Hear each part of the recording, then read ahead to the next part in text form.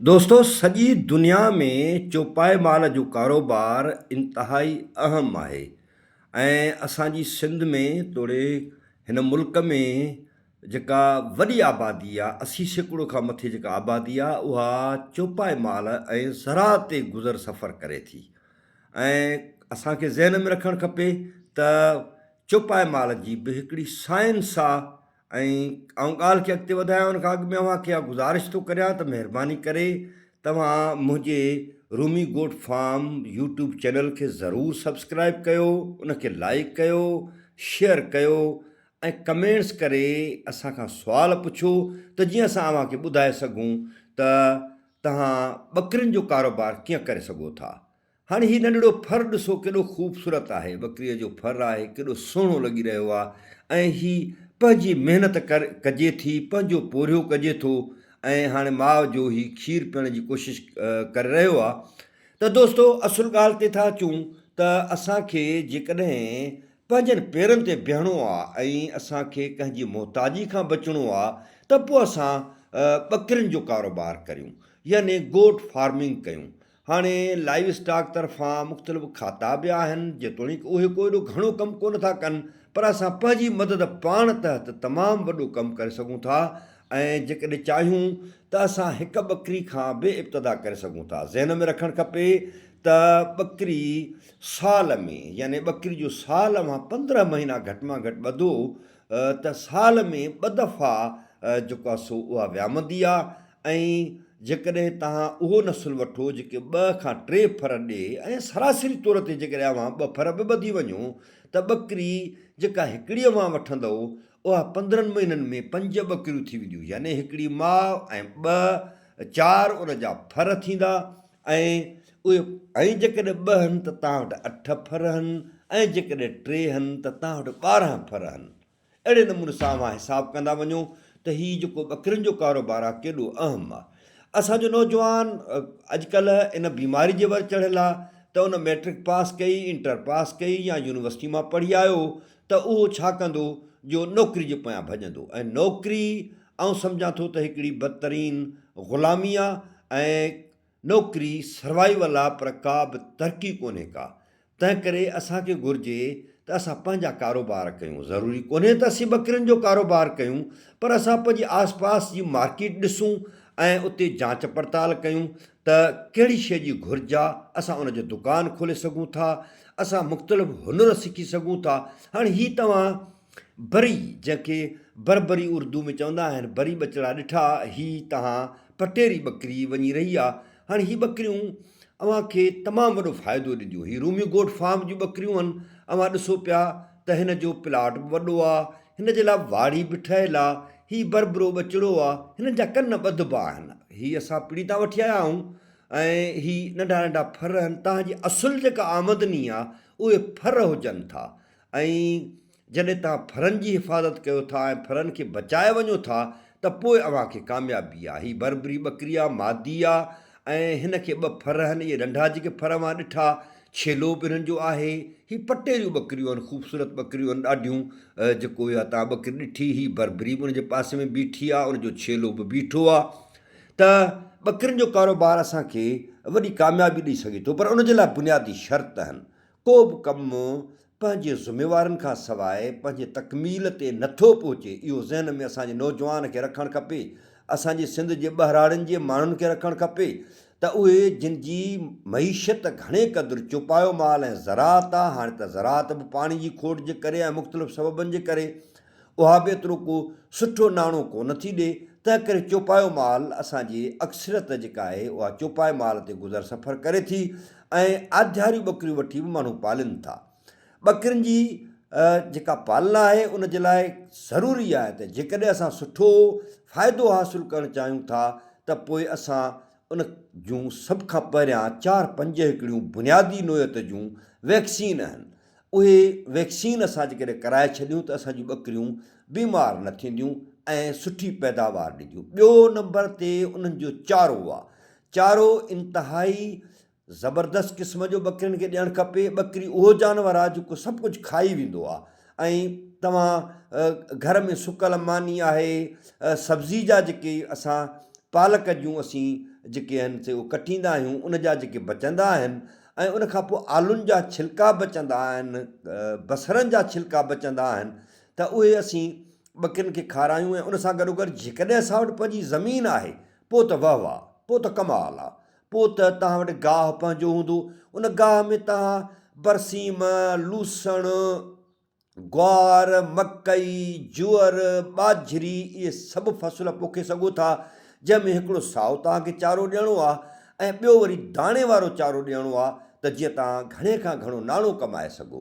हाणे मिसाल तौरु अव्हां जेकॾहिं वठी था छॾियो, छेला था नंढड़ा नंढड़ा वठी छॾियो, जेको तव्हांखे 10 खां 15 हज़ार में नंढड़ा छेला 2, 2.5, 3 महीननि जा वठी ईंदव, जेके चरकड़ा हुजनि, जेके गाह चरण जी पोज़ीशन में हुजनि, त उहे तव्हां जॾहिं वठी ईंदव त उन्हनि खे अचे तातियो ऐं पालियो, उनखे भरपूर चारो ॾियो।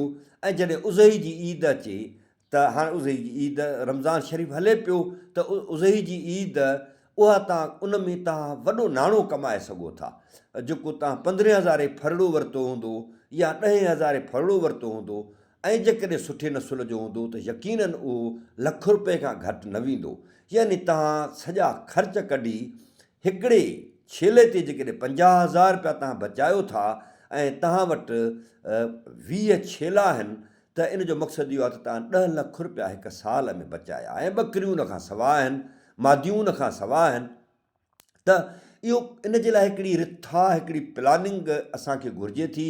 ऐं ॿकरियुनि खे हमेशह उन शेड में विहारियो, उते विहारियो, उते उन जी पालना कयो जेको शेड ज़मीन खां थोरो मथे हुजे, छाकाणि त ॿकरी जे पेशाब में हिकिड़ो अहिड़े क़िस्म जो गैस हूंदो आहे जेको ॿकरी जे फिफड़नि खे कमज़ोर कंदो आहे।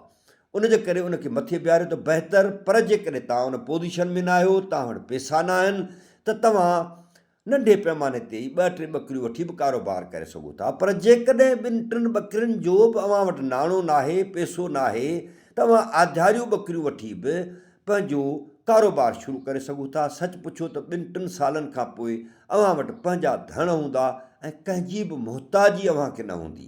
ऐं अॼु जो जेको दौरु आहे उहो ॾाढो ख़तरनाक दौरु आहे।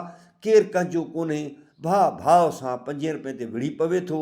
त उन जे लाइ तव्हां पंहिंजनि पेरनि ते बीठल हूंदव ऐं पंहिंजो कारोबार कंदव, तव्हां हर तरह जी मुहताजी खां बची पवंदव।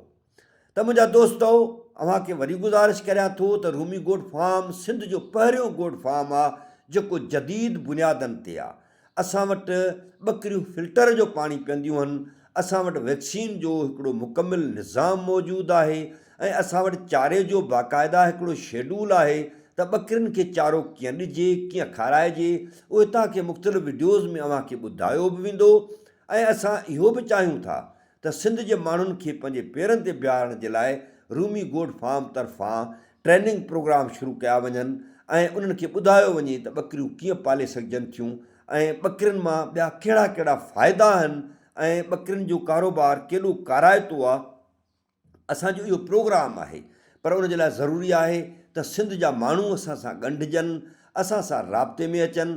ऐं जेकॾहिं हू असां सां राब्ते में आया त असांजो फार्म सकरण में आहे। सकरण खां बाईपास वठी जॾहिं असां नवाबशाह तरफ़ बेनज़ीर भुट्टो एक्सचेंज जेका पुल आहे, उहा पुल क्रॉस करे ऐं असां मथे नवाबशाह तरफ़ वधंदासीं, त इन पुल खां 500-700 मीटरनि ते असांजो रूमी गोट फार्म सकण में मौजूदु आहे, जंहिंखे दोस्त विज़िट करणु ईंदा आहिनि, घुमणु पींदा आहिनि। त असां उनजी हर तरह जी रहनुमाई करण जे लाइ तयारु आहियूं। पर उन जे लाइ तमामु ज़रूरी आहे त तव्हां असां सां ॻंढिजी वञो, तव्हां असां सां राब्ते में रहो ऐं मुख़्तलिफ़ सुवाल असां खां कयो ऐं असां सां मीटिंग्स कयो, मिलो, त जीअं असीं तव्हांखे सम्झाए सघूं। ऐं इहा गुज़ारिश वरी करियां थो त हिन क़िस्म जो अव्हां शेड ठाहियो, यानी मथे प्लास्टिक पैलेट्स रखे तव्हां हीअ असांजो 7 फुटनि ते मथे बीठल ॿकरियूं आहिनि, त उहे बीमार घटि थींदियूं, उन्हनि में मौत जी शरह बिना न हुअण जे बराबरि हूंदी ऐं अव्हां हिकिड़ो बहितरीनु नाणो कमाए सघंदव। ऐं सिंध जी मईशत घणे क़दुरु चौपाए बाल ते आहे। उन जे करे असांजे नौजवाननि खे घुरिजे त उहो को बि ऐब न सम्झनि, को बि कारोबार, का बि रोज़ी ऐब नाहे हूंदी। तव्हां कंहिंजे आॾो मुहताजी खां बचण जे लाइ इहो भलो नाहे, तव्हां पंहिंजो रोज़गारु करियो। मूंखे उमेदु आहे त तव्हां असां सां राब्ते में रहंदव, तव्हां असांजे हिन यूट्यूब चैनल खे सब्सक्राइब कंदव, लाइक कंदव, सवाल कंदव ऐं आउं तव्हां सां इहो वाइदो थो करियां त जेकॾहिं तव्हां असां सां राब्ते में रहियो, तव्हां हिन क़िस्म जा शेड ठाहे वेंदव, तव्हां हिन क़िस्म जूं ॿकरियूं ख़ूबसूरत ख़रीद करे सघंदव ऐं पोइ अव्हां जा खीसा कॾहिं बि ख़ाली न रहंदा। अॼु जी दुनिया जो वॾो मसइलो ग़ुर्बत आहे ऐं ग़ुर्बत जे लाइ जेको आहे सो वॾे में वॾो जेको हलु आहे उहो या त असां पंहिंजा कारोबार शुरू करियूं, ॿी सूरत में पोइ असां वटि इहा सूरत हाल थींदी त असीं ॾोह कंदासीं, क्राइम कंदासीं, समाज में अफ़रा तफ़री फैलाईंदासीं, नशनि जा आदी थींदासीं, मवाली थींदासीं।